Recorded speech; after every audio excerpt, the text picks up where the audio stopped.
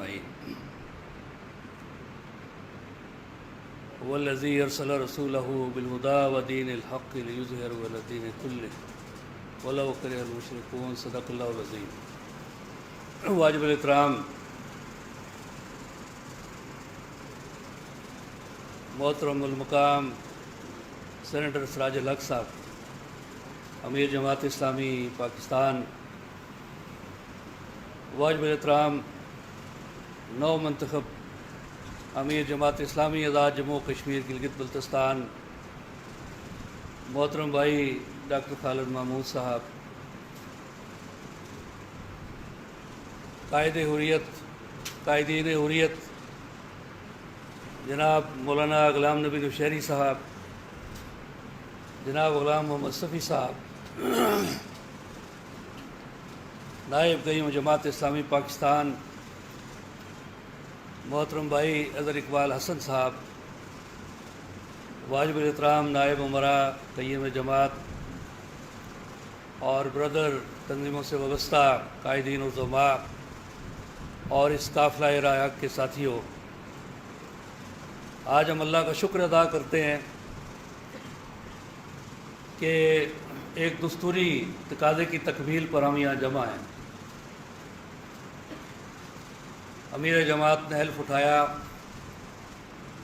ہم دلی طور پر دعاگو ہیں کہ اللہ ان کو استقامت نصیب فرمائے اور ان کی قدم قدم پر رہنمائی فرمائے۔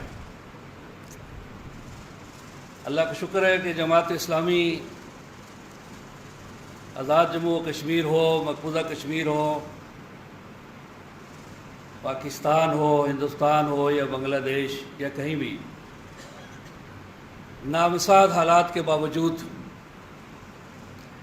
قرآن اور سنت کی رہنمائی میں جو دستور اور جو نظام انہوں نے طے کیا ہے اس پر گامزن ہے،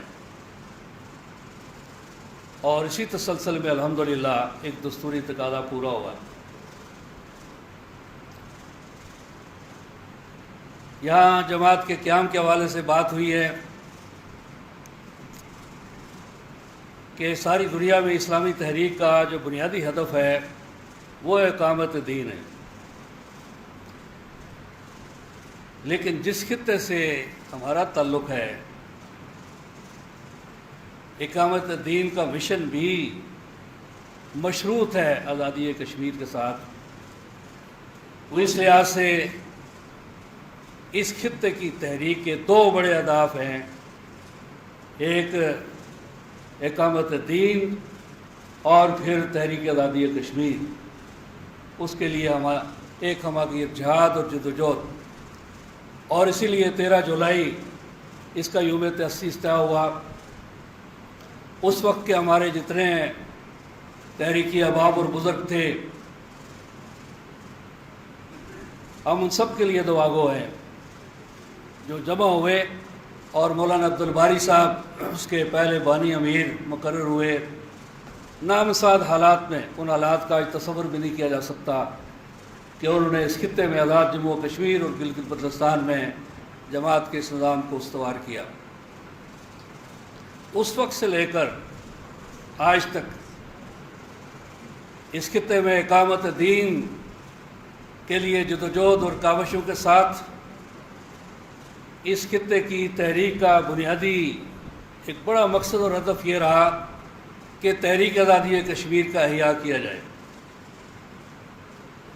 آپ حضرات کو معلوم ہے کہ شملہ معاہدے کی روح سے دو ریاستوں کے درمیان کچھ فیصلے ہو چکے تھے، اور اس دور کے وزیر اعظم پاکستان مرحوم بھٹو صاحب ظفر آباد تشریف لائے اور کشمیریوں سے کہا کہ کب تک آپ دو پہاڑوں کے درمیان معلق رہیں گے، یہاں پر ایک گورنر ہاؤس کے لیے مجھے جگہ دیں، اور حتمی طور پر جو ادھر ہے وہ ادھر ہے، جو ادھر ہے اس کو حتمی طور پر قبول کر لیں۔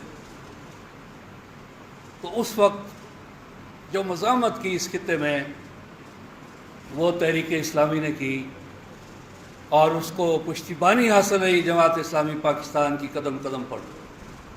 تو کئی مراحل سے ہم گزرے.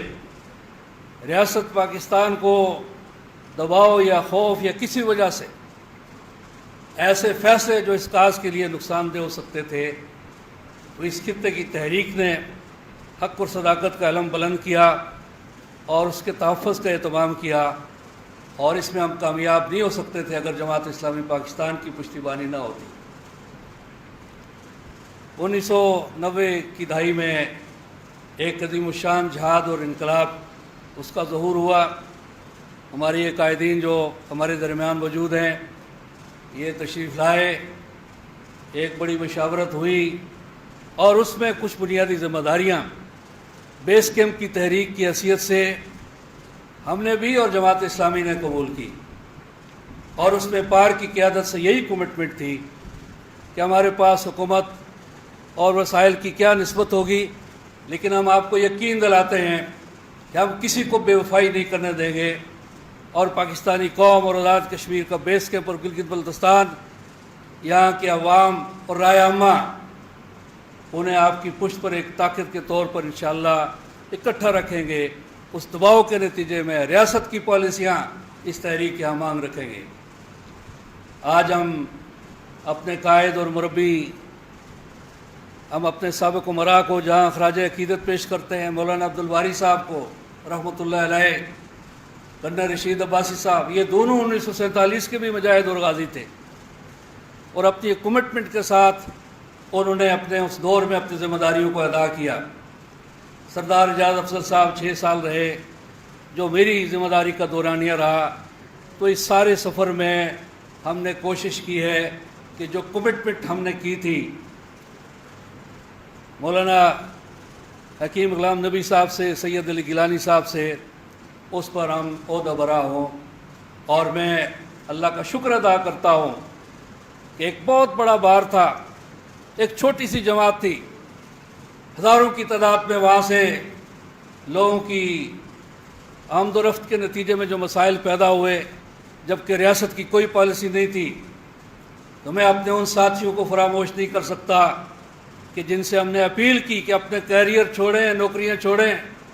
ڈاکٹرز تھے، انجینئرز تھے، وکلاء تھے، استاد تھے، انہوں نے دوسرا سوال نہیں کیا، وہ آئے اور ہم نے اس بوجھ کو اٹھانے کی کوشش کی. جناب قاضی حسین احمد صاحب مرحوم رحمۃ اللہ علیہ اس تحریک کے پشتیبان اور ترجمان بنے. آزاد کشمیر گلگت بلتستان کے ایک ایک کونے میں گئے، اور پھر ساری دنیا میں، ساری مسلم دنیا، ساری دنیا کی اسلامی تحریکوں کو انہوں نے ہمارا پشتیبان بنایا. ان کے بعد سید منور حسن صاحب جو اللہ کو پیارے ہو گئے، ہمارے عظیم قائد اور مربی، انہوں نے اپنی ذمہ داریوں کو اسی طرح ادا کیا. اور پھر جناب سینیٹر سراج الحق صاحب اس مشکل وقت میں اپنی اس ذمہ داری کے حوالے سے ہمارے شانہ بشانہ ہیں، ہمارے پشتیبان ہیں. ہم ان کا تہ دل سے شکریہ ادا کرتے ہیں. جماعت اسلامی پاکستان کی قیادت، ان کی برادر تنظیمیں، ان کی وساطت سے بین الاقوامی تحریکوں کی جو پشتیبانی ہے، یہ سارا ایک تسلسل کا سفر ہے جس میں الحمدللہ روشن روایات کے ساتھ اس وقت جماعت اسلامی پاکستان ہماری پشت پر ہے. تو میں اپنے قائد محترم کی موجودگی میں یہ عرض کرنا چاہتا ہوں کہ جماعت اسلامی آزاد جموں کشمیر حجم اور تنظیم یا رقبے کے اعتبار سے ایک بڑی چھوٹی جماعت کہہ سکتے ہیں، لیکن یہ ایک بہت بڑی تحریک کی، تاریخی تحریک کی نمائندگی کر رہی ہے، اور یہ اپنی ذمہ داریوں سے عہدہ برا نہیں ہو سکتی جب تک کہ پاکستان کی ملت اسلامیہ آپ کی وساطت سے جس طرح سے اس نے پشتیبانی کی ہے، یہ عمل تسلسل کے ساتھ جاری نہ رہے. آج تحریک آزادی کشمیر جس ایک نازک دورائے پہ کھڑی ہے، 5 اگست کے اقدامات کے بعد وہاں پر ہندوستان جو اس کے اپنے RSS کے ایجنڈے پر مودی کی حکومت جس طرح سے عمل پیرا ہے، وہ ہمارے لیے ایک لمحہ فکریہ ہے. لیکن دوسری طرف ہم یہ بھی دیکھتے ہیں کہ ہندوستان آج مکافات عمل کا شکار ہو چکا ہے.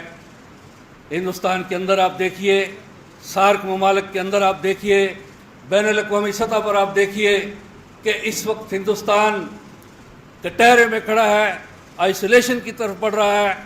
دنیا کا کوئی ملک اور ادارہ نہیں ہے جس میں کہ اس کو مذمت نہ کی جا رہی ہو۔ تو یہ ریاست پاکستان کے لیے بھی ایک موقع ہے اور تحریک آزادی کشمیر کے ورثاء کے لیے بھی ایک موقع ہے کہ ان امکانات سے ہم فائدہ اٹھائیں اور بھرپور طور پر پشتیبانی کا حق ادا کرتے ہوئے اس تحریک کو منطقی انجام تک پہنچائیں۔